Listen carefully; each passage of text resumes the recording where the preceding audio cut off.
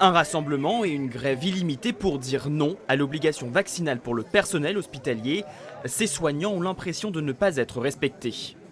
Ils ont été bien contents de trouver le personnel soignant il y a encore quelques mois et là voilà, c'est comme ça qu'on est remercié, quoi. Et c'est inadmissible, c'est honteux, c'est scandaleux.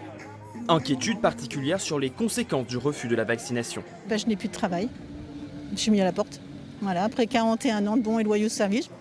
La CGT a des revendications pour le personnel mais aussi pour les patients. Nous, on demande à avoir un consentement libre et éclairé. C'est pour ça qu'aujourd'hui, on manifeste, et notamment aussi sur le pass sanitaire.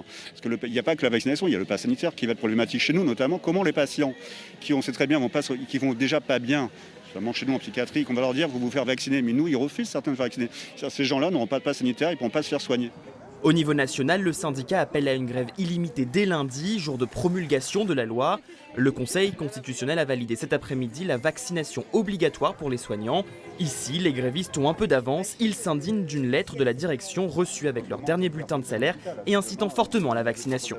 On est dans la répression, c'est tout de suite, si vous ne le faites pas, vous n'aurez plus de salaire. Si vous ne le faites pas, alors ils sont très malins parce qu'ils vous menacent même plus de licenciement. C'est qu'on ne vous versera pas de salaire. Mais vous connaissez quelqu'un qui peut vivre sans salaire aujourd'hui ?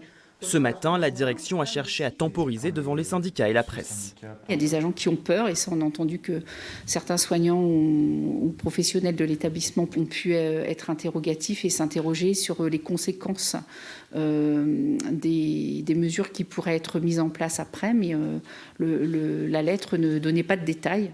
Dans l'établissement, près de 70% du personnel est déjà vacciné selon la direction. Pour les autres, il faudra impérativement avoir un schéma vaccinal complet avant le 15 septembre pour pouvoir continuer à travailler.